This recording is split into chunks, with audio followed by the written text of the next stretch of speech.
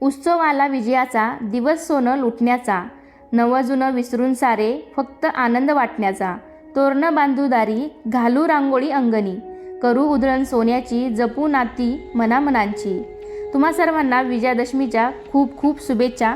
नमस्कार, मी मंगल तुम्हा सर्वांचं नवीन एका व्हिडिओमध्ये अगदी मनापासून खूप खूप स्वागत करते। तर आजच्या व्हिडिओमध्ये आपण पाहणार आहोत दसऱ्याच्या दिवशी काय करावं काय करू नये। तर या दिवशी सरस्वती पूजन केलं जातं। तर या सरस्वती पूजनाचा शस्त्रपूजनाचा शुभ मुहूर्त काय आहे, तर या दिवशी तुम्ही हे पूजन कसं करायचं आहे, तर याबद्दलची संपूर्ण माहिती तुम्हाला मी आजच्या व्हिडिओमध्ये देणार आहे। त्यासाठी हा व्हिडिओ शेवटपर्यंत नक्की पहा।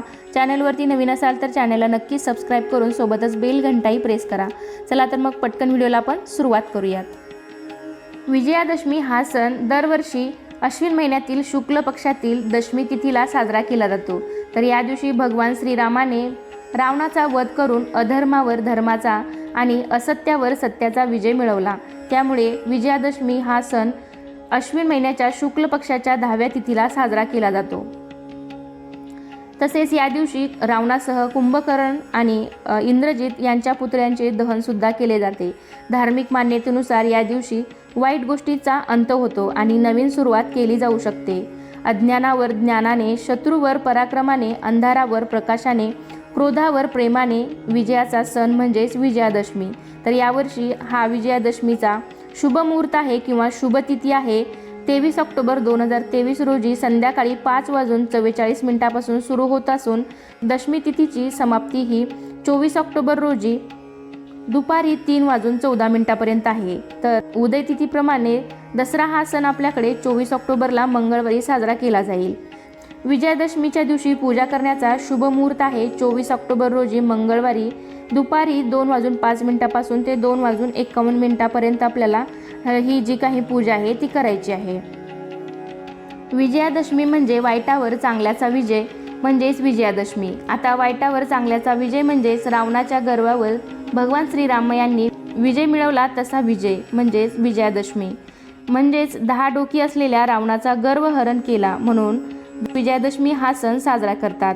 दुर्गा देवीने महिषासूर नावाच्या राक्षसाशी संपूर्ण 9 दिवस वेगवेगळी रूपे धारण करून त्या महिषासूर नावाच्या राक्षसाचा वध केला आणि म्हणून नवरात्रीच्या 9 दिवसानंतर देवीच्या विजयाचे प्रतीक म्हणून नवरात्रीच्या 10व्या दिवशी हा सण साजरा केला जातो। त्याचप्रमाणे आपल्यासारख्या माणसामध्ये सुद्धा वाईट गोष्टींचा, राक्षसी वृत्तीचा, वाईट विचारधारणेचा, वाईट विचार असतील त्याचा किंवा क्रोधाचा, रागाचा आणि त्या सर्व गोष्टी हरवून चांगल्या गोष्टीची सुरुवात करायचा हा दिवस असतो म्हणजेच विजयादशमी दसरा।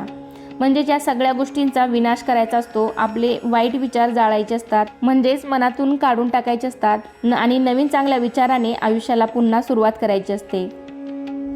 दसऱ्याच्या दिवशी आपण जी काही शस्त्रपूजा किंवा सरस्वती पूजन करणार आहोत तर ही पूजाविधी कशी आहे याच्या पुढे जाणून घेऊयात। तर सर्वात प्रथम अगोदर पूजेची जागा स्वच्छ पाण्याने पुसून घ्यायची आहे। त्यानंतर त्यावरती एक पाट ठेवायचा आहे, लाल कलरचा एखादा कपडा अंथरून घ्यायचा आहे पाटावरती। तर त्यानंतर तुम्ही सर्वात प्रथम दीप प्रज्वलित करून घ्यायचा आहे। दिव्याच्या साक्षीने आपण कुठलीही पूजा करतो तर त्यामुळे सर्वात प्रथम दिवा प्रज्वलित करायचा आहे। त्यानंतर आपल्याला गणपती बाप्पाची पूजा करायची आहे। तर सर्वात प्रथम गणपती बाप्पांचा मान आहे, विघ्नहर्ते गणपती बाप्पा आहेत। तर आपली कुठलीही कार्य असो, पूजा असो निर्विघ्नपणे पार पडू देत म्हणून सर्वात प्रथम गणपती बाप्पांची पूजा करून घ्यायची आहे। तुमच्याकडे मूर्ती असेल तर तुम्ही त्याची सुद्धा पूजा करू शकता किंवा सुपारीची पूजा केली तरी चालू शकते। तर तुम्ही ते गणपती बाप्पांना हळदी, कुंकू, धूप, दीप, आरती, फुलं, गंध, अक्षदा हे सर्व वाहून घ्यायचं आहे, नैवेद्य अर्पण करायचं आहे। गणपतीची पूजा झाल्यानंतर मग माता लक्ष्मीचा तुमच्याकडे जो कोणताही फोटो असेल, सरस्वती मातेचा जो कोणताही फोटो असेल, सरस्वतीचं चिन्ह काढून त्याची सुद्धा पूजा केली तरी चालेल। तर आपल्या मुलांच्या प्रगतीसाठी या दिवशी सरस्वती पूजन केलं जातं। शाळेत अथवा घरामध्ये अभ्यासाच्या पाटीवर सरस्वतीचे प्रतीक रूपचित्र काढून त्यावरती झेंडूची फुलं वाहिली जातात, उदबत्ती ओवाळून त्यांची गंध फुले लावून त्यांची सुद्धा पूजा या दिवशी केली जाते। तर तसेच आपल्या घरामध्ये जे काही ग्रंथ असतात किंवा आपल्या अभ्यासाची वही पुस्तक असतात तर त्याची सुद्धा या दिवशी पूजा केली जाते। विद्येची देवता मानल्या गेलेल्या सरस्वती देवीचे पूजन या दसऱ्याच्या दिवशी विशेषत्वाने केले जाते। तर अशा पद्धतीने आपल्याला या दिवशी सरस्वती पूजन सुद्धा करायचं आहे। याच दिवशी अपराजिता देवीची पूजा केली जाते। दसऱ्याच्या दिवशी गावाच्या सीमा ओलांडून जाण्याची प्रथा प्रचलित आहे। तर या दिवशी लोक परस्परांमध्ये एकमेकांकडे आपल्या नातेवाईकामध्ये शेजारी वगैरे जाऊन आपट्याची पाने सोने म्हणून देतात, एकमेकांना शुभेच्छा दिल्या जातात। तर सायंकाळी गावची घरातील जे पुरुष मंडळी असतात तर ती सायंकाळी गावाची सीमा ओलांडून ईशान्येस जातात। तसेच शमीच्या किंवा आपट्यांच्या झाडाची पूजा केली जाते या दिवशीच। तसेच त्या ठिकाणी अष्टदल रेखाटून त्यावर अपराजिता देवीची स्थापना करायची असते, तिला प्रार्थना करायची असते की मला विजयी कर। त्यानंतर योद्ध्यांनी शस्त्रपूजन करायचं आहे, व्यापाऱ्यांनी व्यापारासाठी जी काही त्यांना शस्त्र लागणार आहे त्यांनी त्याची पूजा करायची आहे। तसेच विद्यार्थ्यांनी सरस्वती पूजन करण्याची प्रथा आपल्याकडे आहे।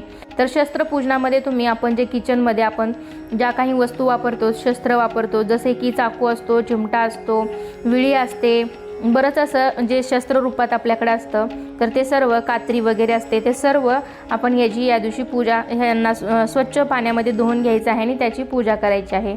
प्रारंभी दसरा हा एक कृषीविषयक सण होता। पेरलेल्या शेतातील पहिले पीक यावेळी घरात येत होतं, त्यावेळी शेतकरी हा उत्सव साजरा करीत होता आणि ग्रामीण भागातील शेतातील धान्याचा तुरा आपल्या फेट्यामध्ये लावण्याची पद्धतही प्रचलित होती। 3.5 मुहूर्तापैकी एक मुहूर्त मानल्या गेलेल्या विजयादशमीला नवीन वाहने घेतात, नवीन वस्तूंची खरेदी करतात, नवीन घराची खरेदी करतात। तसेच या दिवशी सोन्याची सुद्धा खरेदी केली जाते। तर हा 3.5 मुहूर्तापैकी शुभ दिवस मानला जातो, 3.5 मुहूर्तापैकी एक शुभ मुहूर्त मानला जातो। तर या दिवशी कुठलाही मुहूर्त पाहण्याची गरज नसते, त्यामुळे तुम्ही कुठल्याही वस्तूंची, घराची, वाहनांची खरेदी तुम्ही या दिवशी करू शकता। तर मी व्हिडिओ दाखवल्याप्रमाणे तुम्ही इथे पाहू शकता, मी सरस्वती मातेचं इथे एका पाटीवरती चित्र काढून घेतलेलं आहे, चिन्ह काढून घेतलेलं आहे, त्याची सुद्धा इथे पूजा केलेली आहे। अगदी त्याप्रमाणे तुम्ही सुद्धा जे शालेय साहित्य असतं मुलांचं, वही, पेन, पुस्तक, याची सुद्धा या दिवशी पूजा करायची आहे।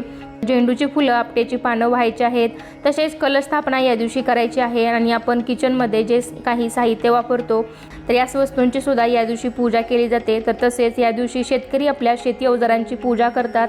व्यवसायाशी रिलेटेड जे लोक असतात तर ते सुद्धा आपले व्यवसायाशी रिलेटेड जे शस्त्र आहेत, जसे की लॅपटॉप असतो, टॅब, मोबाईल किंवा अजूनही काही तुमचे व्यवसायाशी रिलेटेड काही शस्त्र असतील किंवा वस्तू असतील त्याची सुद्धा या दिवशी पूजा करतात।